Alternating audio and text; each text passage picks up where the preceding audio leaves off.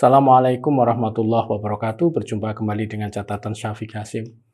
Penembakan massal yang terjadi di Pantai Bondi, Sydney mengagetkan kita semua. Dua penembak meluncurkan pelurunya menyasar keramaian di tengah perayaan Hanukkah. Hanukkah adalah hari raya orang-orang Yahudi. Untuk sementara korban yang meninggal 15 orang dan masih banyak yang mengalami luka kritis. Pelakunya adalah Sajid Akram dan Navid Akram, di mana keduanya adalah ayah dan anak. Sajid Akram, sang ayah, diberitakan meninggal dunia karena penembakannya diarahkan pada masa yang merayakan Hanukkah dan pelakunya adalah Muslim, maka ini menimbulkan banyak penilaian dan spekulasi. Ada yang menyatakan bahwa kedua orang ini kepanjangan dari terorisme internasional, ISIS dalam hal ini. Hal itu dinyatakan oleh Perdana Menteri Australia Chris Minns. Pernyataan ini saya kira jernih. Namun ada juga yang mengaitkan hal seperti ini dengan perjuangan Palestina menghadapi agresi Israel yang membabi buta. Kelompok ini berspekulasi jika dua penembak ini memiliki relasi atau kepanjangan tangan dari Hamas dan secara sengaja melakukan pembunuhan terhadap orang-orang Yahudi yang sedang merayakan Hanukkah. Mereka menargetkan peristiwa Hanukkah karena di sini orang-orang Yahudi berkumpul. Sudah barang tentu ada juga yang mengatakan jika Australia kini sudah memberikan jalan lapang bagi gerakan antisemitisme dan terorisme. Karena motif penembakan itu belum bisa diketahui, maka segala kemungkinan bisa terjadi dan bisa dispekulasikan. Namun hampir dipastikan peristiwa penembakan ini bakal meningkatkan kecurigaan atas warga Muslim di Australia, apalagi peristiwa ini mengorbankan orang-orang Yahudi.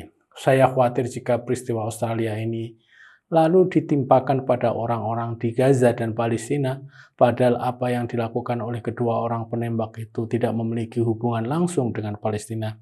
Hal lain lagi, kedua penembak juga bukan warga Palestina dan sama sekali tidak mewakili Palestina sebagai negara. Benar, tanggapan Netanyahu mengarah ke situ. Bahkan Netanyahu menyalahkan Perdana Menteri Australia Anthony Albanese yang membiarkan penyakit antisemitisme berkembang, kata Netanyahu. Bahkan Netanyahu menuduh bahwa pengakuan Australia atas Palestina sebagai negara merupakan salah satu sebabnya. Netanyahu merasa bahwa dia adalah wakil Yahudi di mana saja dan dia merasa memiliki hak untuk mencampuri urusan kepala negara lain dalam mengurus diaspora Yahudi.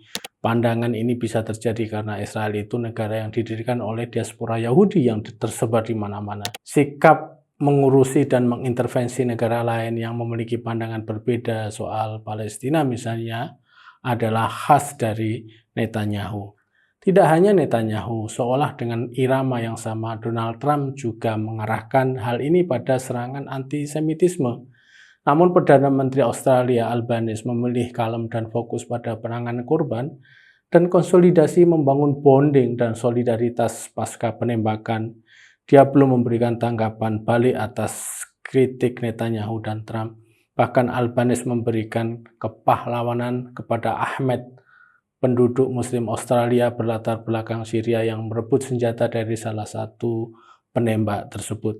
Kita semua menolak kekerasan. Hamas melakukan perlawanan bertahun-tahun atas agresi Israel juga pada dasarnya ingin tidak ada kekerasan. Bahkan Hamas mau duduk menandatangani kesepakatan damai dengan Israel. Israel sendiri terus melakukan penyerangan di Gaza, tidak taat pada perjanjian yang dicapai dengan pihak Palestina yang di dalamnya ada Hamas juga. Palestina sendiri menolak kekerasan, namun sudah lama sekali orang-orang Palestina mendapat banyak kekerasan dari tentara Zionis Israel. Pada awalnya kalangan Zionis di bawah proteksi internasional sudah merebut wilayah Palestina. Rakyat Palestina melakukan perlawanan, namun perlawanan tetap kalah karena mereka tidak sekuat Israel. Israel adalah rejim dunia pada saat itu. Semua negara di dunia nampaknya setuju dengan segala operasi yang dilakukan oleh Israel pada saat itu. Israel di bawah Netanyahu adalah malapetaka terbesar pada Palestina. Selama 2 tahun sejak Oktober 2023, orang Palestina yang dibunuh oleh tentara Israel mencapai 70-an ribu orang. Mereka kalangan Israel dan pendukungnya tidak mengakui bahwa tindakan mereka adalah tindakan terorisme besar. Mengapa saya menyebut dengan istilah terorisme besar? Karena terorisme atas rakyat Gaza itu tidak dilakukan oleh organisasi atau perorangan yang skalanya kecil, namun dilakukan atas nama negara, yaitu negara Israel. Zionis Israel ini menolak dianggap sebagai teroris, bahkan mereka mengklaim bahwa orang-orang Gaza yang mereka bunuh itulah yang teroris. Cara pandang seperti ini adalah cara pandang yang mau enaknya sendiri dan jauh dari rasa keadilan. Lalu mereka mengait-kaitkan dengan Hamas. Logika akal sehat kita pasti bertanya, bagaimana rakyat Gaza yang lemah, tak bersenjata, tak melawan, itu mereka anggap sebagai teroris? Dari sini saya juga bertanya, bagaimana perasaan Israel dan kaum Zionis serta para pendukungnya dengan puluhan ribu rakyat Gaza yang mereka bunuh dan lukai? Mengkritik Israel tidak selalu sama atau identik dengan antisemitisme, karena rakyat Yahudi di Israel sendiri juga banyak yang mengkritik tindakan Zionisme Netanyahu.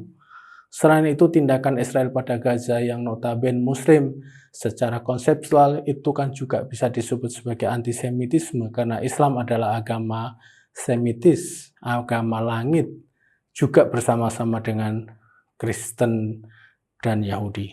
Jika ditanya siapa orang Semit, maka jawabnya adalah kelompok ras, budaya, dan etnik Timur Tengah dan Afrika. Secara historis mereka adalah orang-orang Akkadian, Assyrian, dan Babylon, orang Arab, Arameans, Kan'an, Israel, Palestina, Moabites, dan lain sebagainya. Berdasarkan ini, maka jika menyakiti dan apalagi membunuh orang-orang Palestina juga bisa disebut secara konseptual sebagai tindakan antisemitisme, karena Palestina sebagaimana Israel itu bagian dari keluarga Semitis. Tapi dalam wacana dunia, jika dikatakan antisemit, maka itu adalah anti orang Israel dan anti orang Yahudi. Padahal mengkritik dan memusuhi Israel dan Yahudi jika disebabkan karena mereka melakukan kekerasan dan membunuh kita, maka itu tidak bisa dikatakan sebagai antisemitisme. Selama ini antisemitisme itu digunakan oleh Netanyahu dan rejim Zionisnya untuk menutup-nutupi tindakan semena-mena mereka pada pihak lain, terutama pada pihak Palestina. Antisemitisme dijadikan sebagai kedok untuk membolehkan tindakan-tindakan yang tidak adil pada kelompok lain yang mereka proyeksikan. Sebagai catatan, mari kita semua mengutuk penembakan atas orang-orang Yahudi di Pantai Bondi, sebagaimana juga kita mengutuk pembunuhan Israel atas rakyat Gaza. Kita setuju bahwa penembakan itu sudah jelas masuk dalam kategori terorisme, namun tindakan ini tidak perlu dikait-kaitkan dengan perjuangan rakyat Gaza di Palestina. Demikian, wassalamualaikum warahmatullahi wabarakatuh.